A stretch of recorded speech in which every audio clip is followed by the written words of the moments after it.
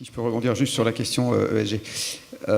Jusqu'à maintenant, alors bon, moi je commence à être un dinosaure dans cette histoire, puisque ça fait plus de 20 ans que je m'intéresse au climat.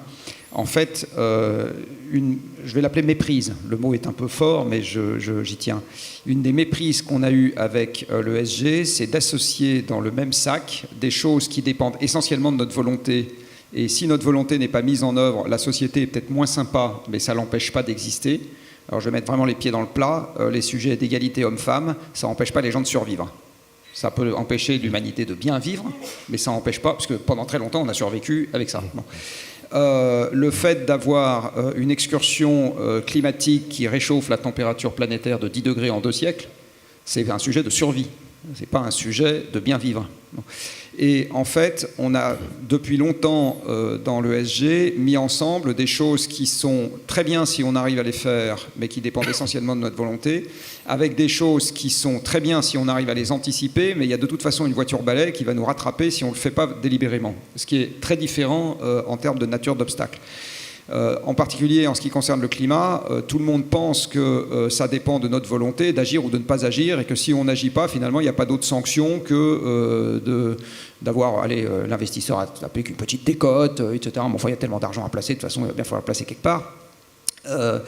Alors qu'en fait, on ne comprend pas qu'on va être rattrapé par la patrouille. Alors la patrouille peut s'appeler les conséquences du réchauffement climatique, parce que les conséquences du réchauffement climatique ont le potentiel de faire sauter la paix, la démocratie, etc. Qu'est-ce qui reste comme marché boursier dans un monde en guerre et en dictature? Je ne sais pas. Je pense que voilà, je peux vous donner la copie à remplir, je passe les ramasser dans 4 heures. Je pense qu'on aura quelques dissertations intéressantes. Et puis, il y a une autre voiture balai qui arrive derrière, toujours dans la même catégorie, qui est la déplétion subie des énergies fossiles. 2008, tout le monde dans cette salle pense que c'est une crise financière. Moi, j'ai écrit un bouquin dans lequel j'explique que c'est une crise énergétique. C'est-à-dire que si vous regardez la décélération des flux physiques aux États-Unis, elle a précédé 2008. Et c'est venu tamponner une dette qui n'a pas arrêté d'augmenter depuis les chocs pétroliers, qui est une autre décélération des flux physiques. Donc c'est juste ça, c'est un coup de pied parmi N dans une dette qui n'arrête pas de s'accroître depuis que j'ai l'âge de raison. Ça fait le nombre de ministres des Finances qui ont dit qu'ils allaient diminuer la dette. Non, je pense que... voilà, et Bruno Le Maire va le faire absolument quand il aura fini son 3e roman. Et donc... donc on est dans un, qu'est-ce que je veux dire, on est dans un monde dans lequel c'est une contrainte physique dure qui va s'appliquer à nous. Il faut quand même rappeler que le XXe siècle, c'est le pétrole. C'est-à-dire s'il n'y avait pas eu le pétrole sur Terre, il n'y aurait pas eu le XXe siècle. On ne serait pas dans cette salle en train de discuter. Donc la voiture balai qui va nous rattraper de toute façon, c'est la diminution subie des combustibles fossiles qui, incidemment, en Europe, est à l'œuvre depuis 1950 et quelque chose pour le charbon, 2007 pour le pétrole et 2005 pour le gaz, en gros. Hein. Et c'est du subi, tout ça. C'est pas du tout de la politique climatique, c'est juste que localement, mondialement ou régionalement, il n'y en a plus assez pour qu'on puisse en avoir de plus en plus. Et on en a de moins en moins.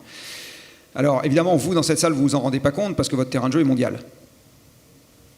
Vous avez beau être basé à Paris, la finance c'est mondial, donc en fait votre sujet c'est la disponibilité des combustibles fossiles mondiale, d'accord ? Donc effectivement celle-là n'est pas un problème pour le moment.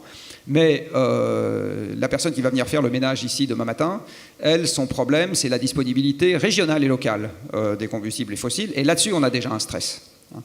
Voilà. Donc j'insiste beaucoup sur le fait qu'on met aujourd'hui dans l'ESG des choses dont on pense que ça relève essentiellement de notre libre arbitre, alors que moi je soutiens, et c'est ça le métier qu'on essaye de faire, que c'est essentiellement des indicateurs avancés de contraintes physiques qu'on va avoir demain de toute façon, et que la bonne question, c'est de savoir si la façon dont une activité est aujourd'hui organisée, comme elle est organisée sur le plan économique, ça passe à travers les mailles du filet ou ça ne passe pas à travers les mailles du filet, ça c'est la version risque.